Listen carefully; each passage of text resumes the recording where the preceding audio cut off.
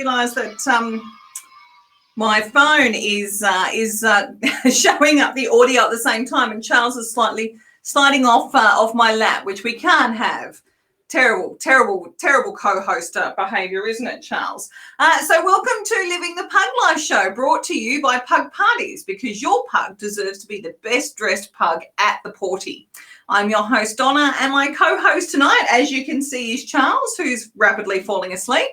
And tonight I'm excited to introduce our pawsome guests, Gigi and Lyndal. So don't be fooled by the innocent face that you're about to see. Gigi, the Gangsta Pug, is one naughty puggy, or so her mum has led me to believe. Gigi loves to surprise mum with fun activities like jumping up on the bed whilst mum's on a Zoom call, frightening the life out of her, like happened on Wednesday night when we were catching up, and sitting in the middle of mum's crystal sound healing bowls. Wow, say that 3 times quickly. Like she's not going to sneeze on them or even possibly give them a little bit of a hip and shoulder as she saunters away. And Gigi would never bark halfway through a meditation. But let's face it, the sound of puggy paws on floorboards is soothing, isn't it? Like I'm sure that's the thing. So please, everyone, join me in welcoming the incomparable Gigi and Lyndal as they're coming to pop up. Yay, here we go. I mean, look at it now. She's good as gold. Yes, we'll see how we go.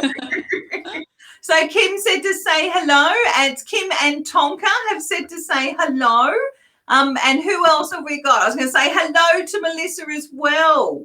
Hello, Melissa. Melissa has Odin and Pepper. I had to try and remember the right name. And we've got another Facebook user who's saying hi, and unfortunately, because you haven't given us haven't given Facebook permission to share your handle, we can't see your name. So whoever it is, type in your Facebook thingy hello, so that we can definitely identify the right person. And what I will do is I will try and I'll put that on. I'll see if I can't find it the other way, which is, the beauty of technology. Have the phone running as well as the iPad, as well as the computer, as everyone's joining us. So thank you so much for joining us tonight, little Gigi and Lyndal. It's wonderful to have you. And of course, looks like Gigi's well and truly, she's done for the night. Yeah, she's just had a big bowl of chicken. Nice. And she's enjoying a post chicken nap. Looks like food coma. Yeah, I'd say so.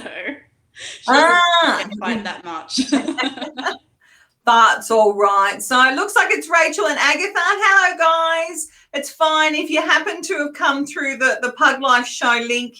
It has a different approval process, but don't sweat it. The great thing is we actually get to say hello to you, which is the most important thing. So it looks like everyone's slowly joining us, but that's not going to stop us from starting. And so the first thing I always like to ask is, tell me a little bit about yourself and how you met Gigi, because it was a bit of a roundabout process. Yeah, so I was looking for a pug puppy and having quite a lot of difficulty finding one. There just weren't that many around, and and then I ended up meeting a breeder up in Blackheath who has the most beautiful, amazing pugs. And I kind of missed that litter, and then she said, would you be interested in a fully grown female? And I thought, yes. I'd seen her pugs and, they're all really beautiful. And she said, we've got this pug that, my pug partner breeds with. She's just had her last litter. She's had a C-section, and she was going to get adopted out to an older lady, but their family didn't feel that she could look after her. So Gigi needs a home. And then they sent me a photo, and I was like, yep. I like definitely. I'd already decided, but the photo after that, it was just game over. Yeah. So I adopted her about 6 months ago, and yeah, her name is Gigi, which is kind of started as good as gold, which I found bizarre when she first came to my house because she was anything but Never, good. yeah, hasn't quite lived up to it. But, you know, right now she is as good as gold. Yes. Yeah, she's like many pugs, a little bit naughty. For sure. And especially with some of the pictures that I've seen, like obviously, hello to Willow and Joe. They've just joined us. Another family, pug family, who could quite happily say that not all pugs are well behaved all the time. No, she enjoys being naughty, I think, and she loves. I can quickly turn the camera and show you. Yes.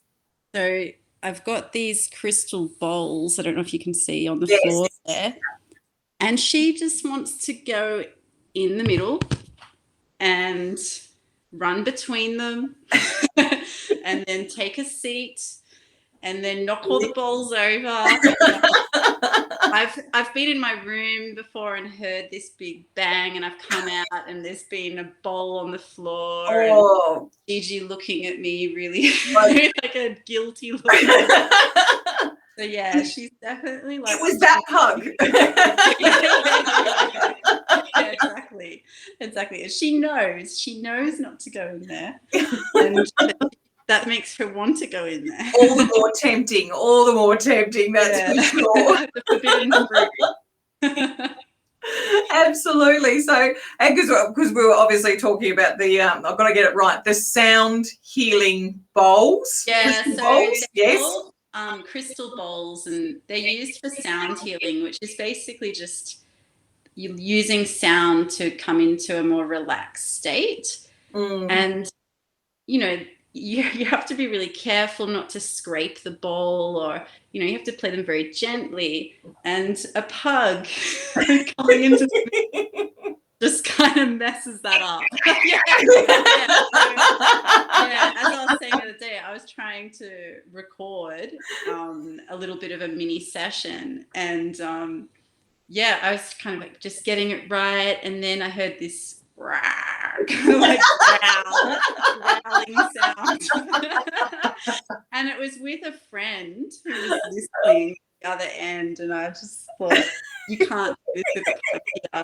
And then the growl was followed by the clip of I just understand that's got to be soothing. Like for a pug owner, that's like waking up in the morning, isn't it? I mean, I do find pugs snoring, that sound, to be kind of soothing. Yes. Yeah, but the sounds that she makes during a sound bath are not really. Yeah, they're not quite right. I was just going to say, Rachel, her pug, Agatha, who's a little black pug, apparently gets the same look on her face when she gets caught drinking tea.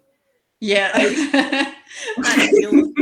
Yeah, total guilt. Yes. Yeah. And they don't like to be in trouble, do they? Pugs don't like to be in trouble. Like they create trouble. Oh, but yes. They don't like it when they get in trouble. Oh, absolutely. Like I caught Winston. Like we no longer have a coffee table. Winston, basically, who's Charles's litter brother who passed away last year, he's the reason we don't have coffee tables, because even putting something on the coffee table, which should technically be out of pug reach, was just basically a challenge for Winston as far as he was concerned. And I can remember our old house. I had a plate of some fresh dates. Absolutely love fresh dates when they're and I'd put them down to go to the toilet to come back and have my cup of coffee with my fresh dates. And I sat down and I could see Winston, and he had his back to me, and I could hear this odd noise like And then I look down and I realise that instead of 5, there is 4, and it's him trying to scoff this date. Yeah. And he'd gotten up onto the table and then obviously off the table because he could hear me coming back from the toilet. And and then of course the worst thing is he, little bugger, would turn around, look at me and go, didn't do it. Still trying to get his date down his throat. And it's hard to stay mad at them. Like, I never forget when I was trying to toilet train her when she was first here, and I was getting really mad because every time I saw her about to wee, I'd grab her and take her out, and then she wouldn't do anything. Yes. And as soon as we came back in, she would wee. And I was like, you're doing this to mess with me, aren't you? And it got to the point one night where I grabbed her and I was like, you're all right, we're going outside to wee now. And I stomped out. It was raining and I almost fell with in my hands and her little face looking up at me fearfully. And it was just one of those moments I thought, oh no, I'm a monster. I'd say chill. Naughtiness had just broken me. Well, if it's any consolation, my first pug, Fat Dog, did exactly the same thing to my partner, Andrew, when he first came to live with us. Because Andrew wanted him to poop in a certain part of the garden and not down near this wattle tree that he had nursed back to life. And so he'd do the same thing. Because obviously Fat Dog loved pooping in that part of the garden. And so he'd run down when he could see he'd be doing the little poop dance, run down, grab him, run him up to the top of the garden, plonk him down there and be like, right, that's where you're pooping. And then this went on for because then Fat Dog would go, well, I don't feel like pooping now, do I? And then sort of this one particular time, and I had in the episode where I talked about Fat Dog and the alpha male wars that ensued when Andrew moved into Fat Dog's domain. Of course, what happened was this one particular time, for some reason I was outside watching this futile attempt at male dominance. He's out there, he's decided he's doing a little poopy dance. Andrew grabs him, sprints him up to the spot, and then I think it was actually Andrew triggered the next sequence of events. Turns around and he just sort of does this. Ha! I showed him, Donna.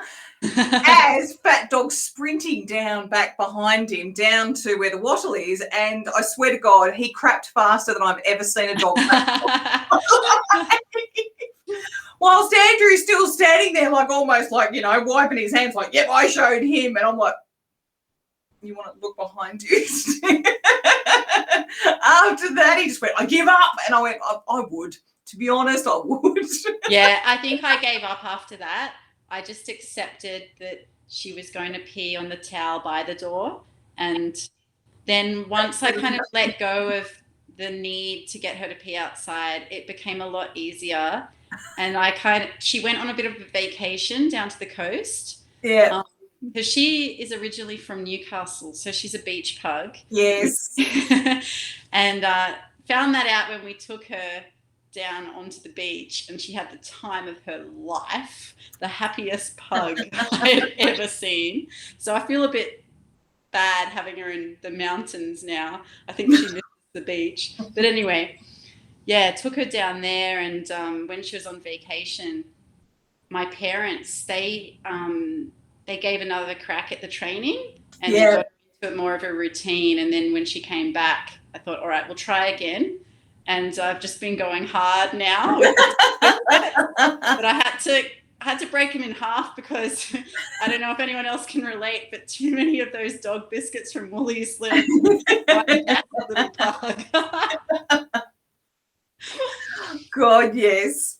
No, I got Winston and Charles over the hump with doggy chocolates. Yeah, there's a hump, isn't there? There's like where you're about to give up, and then there's that moment where they scratch at the door to be let out, and you're like, I cracked the code! And it feels so good. Like the biggest achievement of your life. Yes. And you ring and tell everybody. Like, I think. Yeah. And you're like, Gigi, you are the best in the world. Here, have an entire box of doggy chocolate.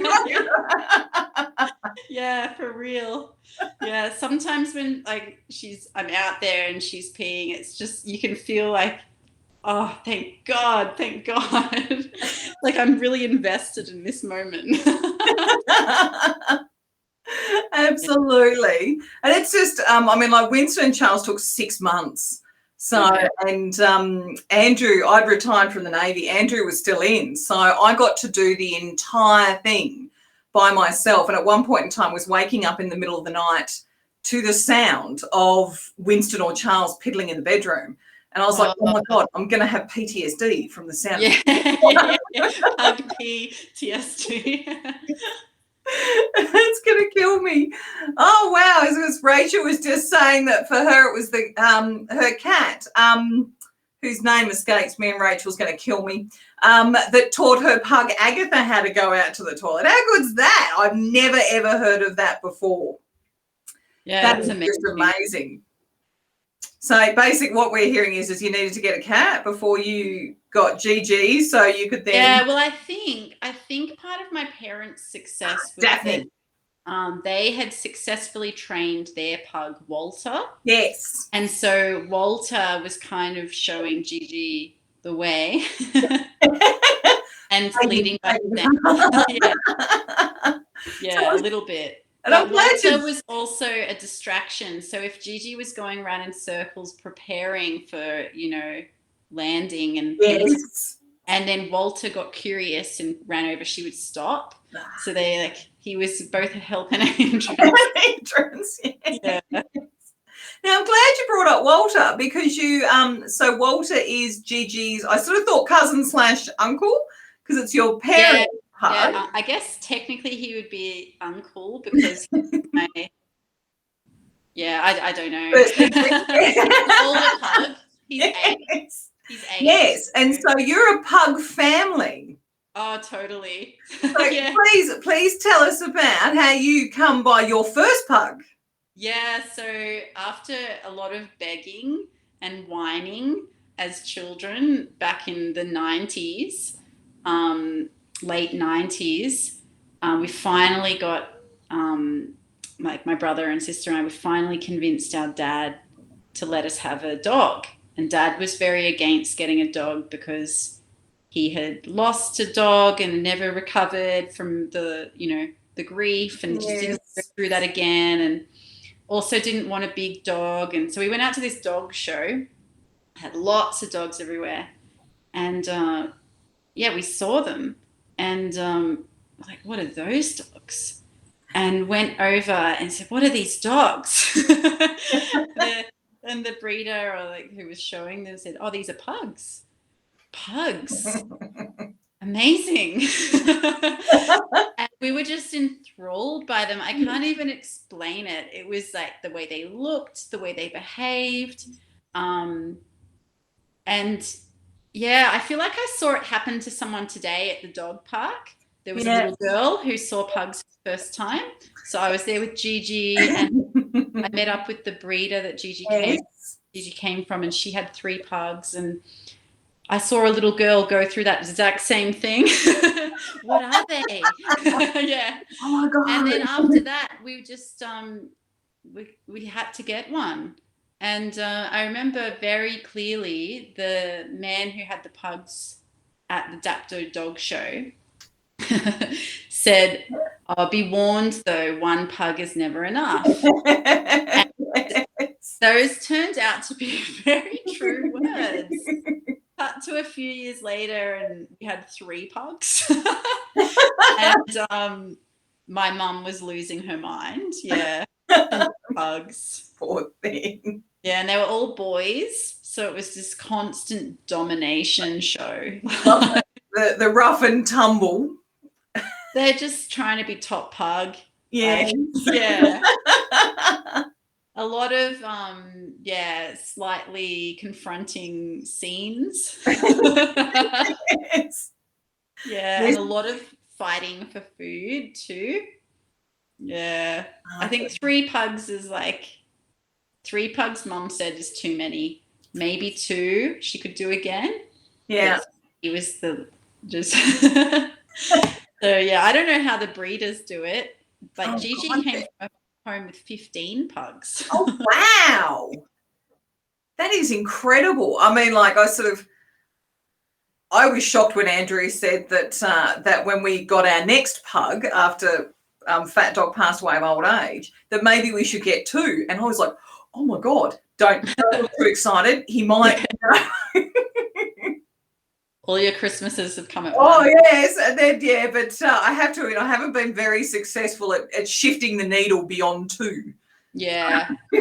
I definitely am considering a second one because Yeah, so you were saying. So today you've got to meet a potential sibling. Yeah, so that's why I was meeting the breeder today. Colleen, her name is, at the park because she has an 8-month-old puppy who was meant to be a show dog, but he's not really feeling it.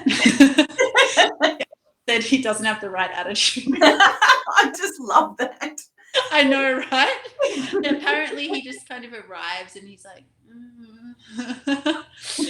and his name is Mo because he's got a mohawk. He's got like little. I'd never seen it before on a pug, but his fur kind of comes up into this little mini mohawk. That is so cool. Yeah, he's very beautiful. He's black and quite gentle and just got to think about little G and how her jealousy will go. But I think a friend is good.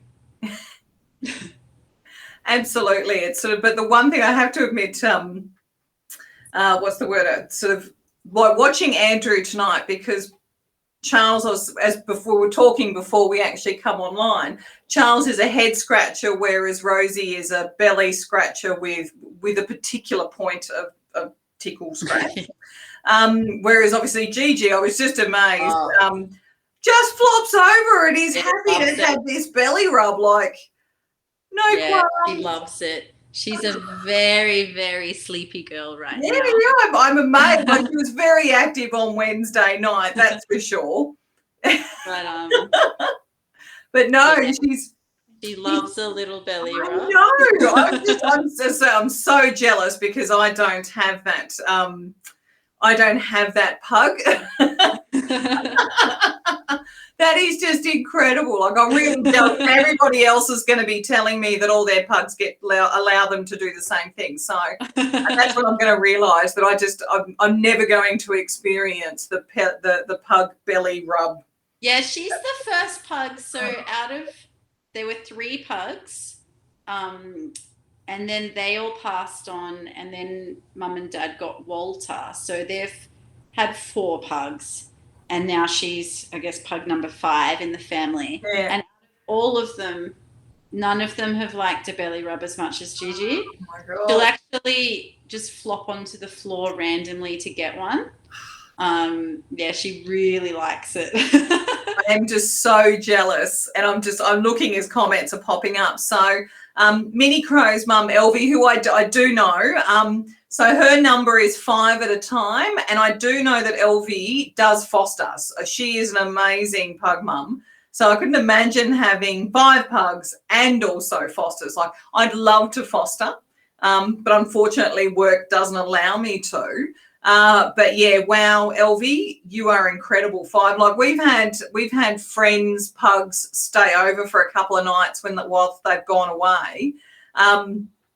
And I have to admit, there's been a couple of times where we've had them for like a long weekend, and at the end of it, we're like, oh my God, I'd forgotten what it was like having that many pugs in one. Yeah, it's pretty crazy. Especially when they're younger than your pugs. I think sort of because as they get older, they become more. They chill out a lot. Yeah, and then you get like a couple of 4-year-olds, and you're like, whoa, I forgot how much energy a 4-year-old has. Yeah, she's got a lot of energy. I had gotten used to Walter, and he's really grown into his name. He's very much like an old man now, and he doesn't really want to play. He just wants to sleep, go for a walk and sniff around, sleep some more. If you try and play with him, he's almost like, what are you doing? Whereas Gigi, she loves it. She lives for a game. Yeah. Yeah, absolutely loves to be silly. It is fun when we're at that age. But I've just unfortunately this person, because please pop your name in, but she said that her pug is called Gigi too. So I just wanted to pop it up so that you knew that we had a watcher tonight who has a Gigi as well. So I am intrigued. Please tell us what your name is and tell us if your Gigi is as belly rubbish. And do you call your Gigi Gigi? Gigi. Must get it right. Must get the pronunciation. Oh, no. Gigi is perfectly correct, but I just like to call her Gigi. Gigi. Like when I'm whispering sweet nothings. And I'm sure she does that in bed. Gigi. Well, it was like on Wednesday night when we were talking and she jumped up on the bed behind you. She's honestly never done that. Yeah. She was obviously sick of you talking about her and wanted you to refocus, Mum. And I tried to get her to do it again, and it didn't happen. No. Couldn't. I think she needs to kind of have a bit of a run up. Like she needs to get some momentum. I used to do it at close range. Yeah, I actually need like a little step or something for her to get up. Because there's been a couple of times where I'm trying to lift her up and I feel like I'm going to almost, there's going to be a disaster, pull her arms out or something. She needs a little step. Yeah. Yes. The things we do for our pugs. Oh, look, Charles has a ramp so he can get up and down off the couch. So, but he's sort of, now that he's closer to 13 than he is 12, he's decided that, you know what, you can just pick me up. Why would I use a ramp when I've got a perfectly serviceable human to pick me up and put me on there? So, Lord help us. I was just going to say, Kev was just mentioning she cannot believe just how chill. To be honest, you can't believe that she's a gangster pug when, even though we provided photographic evidence of her torturing your sound bowls. I know, look at her now. You just can't imagine that she would be bad. No, not at all. Absolutely not at all. Just, I know. It's blissed out. That is maybe what you need to, can you do the sound healing with one arm? Like, then possibly what you'll end up getting is, instead of barking and the clip-clopper little fingers, it's the soothing snoring sounds. You could do a sound healing of pug snores. Yeah. Try and get them at different tones. Absolutely. The sounds of pug. Like I can see it really. They do make so many noises. I've been I told you I've been trying to teach her to growl. To howl. Yeah. And if I start to kind of say, hello, Gigi, hello, that gets her going. Yes. Not tonight, though. I'm so disappointed. No, not tonight. No, she's all howled out right now. She's all fluffy. She ate a lot more than she would have tonight. I think that might be it. This coma. She's in a pug food coma. Yeah, totally. Like, this is even more blissed out than normal. Or maybe she's just enjoying being on Pug TV. I was going to say, she's enjoying all the adoration and all the conversations that are all about her. And let's face it, you've given her like a pretty lengthy belly rub too. Yeah. So the other thing I did, like in the photo, we were laughing about it on Wednesday night. So you work from home, and I did enjoy seeing the photo of her. So she has her own work from home chair. Yes, with lamb skin. I know. But that's not good enough for Gigi. No, not good enough. I'll put her in her chair and it's right next to me. So, we're at arm's length. It's not far away. And she'll just look at me with the saddest eyes and then jump off the chair and then start scratching at my legs to come onto my lap. Hurry up. And I will say a couple of times, Gigi, you have your chair. Why And don't you go want back. it? And then eventually I cave. And I just let her in my lap and until my back hurts. I know, like, I mean, I've got one arm that's propping up Charles's chin at the moment. Yeah, and you can't move that arm. No, you just like, and they give you such a filthy look when you do, like you need to do it so that you can get something. I'm just because I can see a couple of people who are actually watching, but they're not saying hello. So I just wanted to do a quick shout out to we've got Vanessa and Margaret, and I just wanted to say hello to you guys, and please pop in a comment and say hello as well. So before we finish up tonight, so running just in case anyone wanted to say hello or ask any questions as well. Let's face it, I'm sure I'm not the only one who would like a pug snoring sounds of healing meditation. It'd be absolutely awesome. So my usually I always ask everyone who joins me on the show, what is Gigi's favourite colour or outfit? Can you hear that? Oh yes, I do. She's out for the count. Her favourite outfit is her birthday suit. I love naked pugs. Likes to be free. Yeah. She does, because she is now a mountain pug, she does own a couple of jackets for the colder months. Yes. Absolutely despises them. Oh. When I try to put them on her, she runs away. She looks at me with a dirty look. She doesn't even want to wear a harness to go for a walk. Even the lead attached to a collar is like too much. Yeah, too much. Yeah, well, as a gangster, you don't. She likes to be free. Yeah, you don't. Maybe it's something to do with the fur. Like, I don't know if you can see that big roll of fur at the back. But she's very fun. Yeah, she gets a bit squished in her clothes. Maybe I don't know. But she just hates clothes. Poor thing. Yeah. Well, we must be able to run free. Yeah, absolutely. Yeah. Well, I was going to say she's not. Well, maybe like she's a very laid-back gangster tonight. So I can, as I said, I can attest to some of her naughty behaviour because when we were talking on Wednesday night, she did run through the bowls. So there was a definite like stop talking about me, mum, and pay more attention to me. Type running through the bowls. Maybe you could call that pug running through the bowls. Yeah.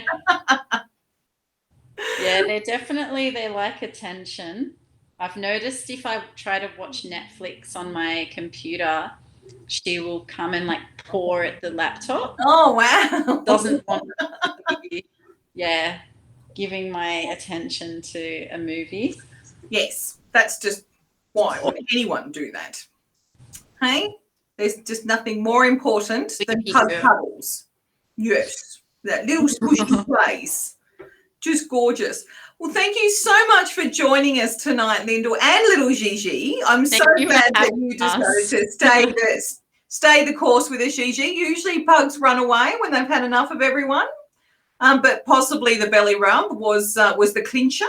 Yeah, I know. She's pretty attached to my hip. She doesn't really run away anywhere.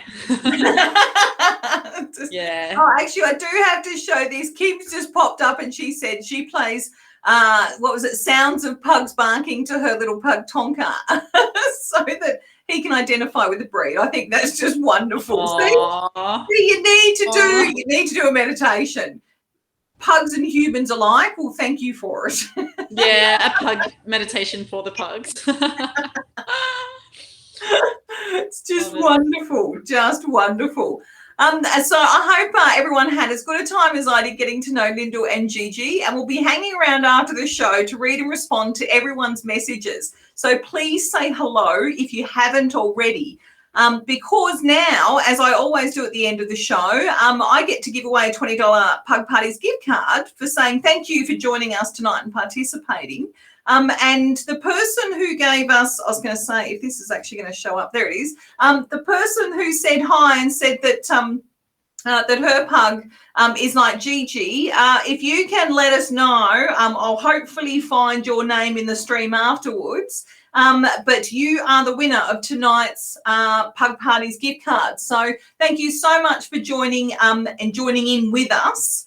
It's been absolutely wonderful as always. Now, if you had fun tonight and you'd like to share your pug life with other pug parents like Lyndal and Gigi tonight, then we'd love to have you on the show. And all it takes is an email to me and I'll be in contact with you. Also, if you know pug parents or maybe 2 or 4 that might like to join us every Sunday night, then please invite them to come and join us, as we'd love to get to know them as well. And finally, I am happy to introduce next week's guest, who is going to be Claire, who I know is watching tonight. Claire and her 2 boys, Teddy and Doug. And the amazing thing is Claire is from the UK, so she's actually getting up early in the morning to say hello to us. So it's going to be wonderful having them all pop in next Sunday night. So Puggies, have a pawsome week, and humans, be generous with the snackies. Night. Good night, everyone. Thank you so much, Lyndal and Gigi. Thank you. See you. See you guys.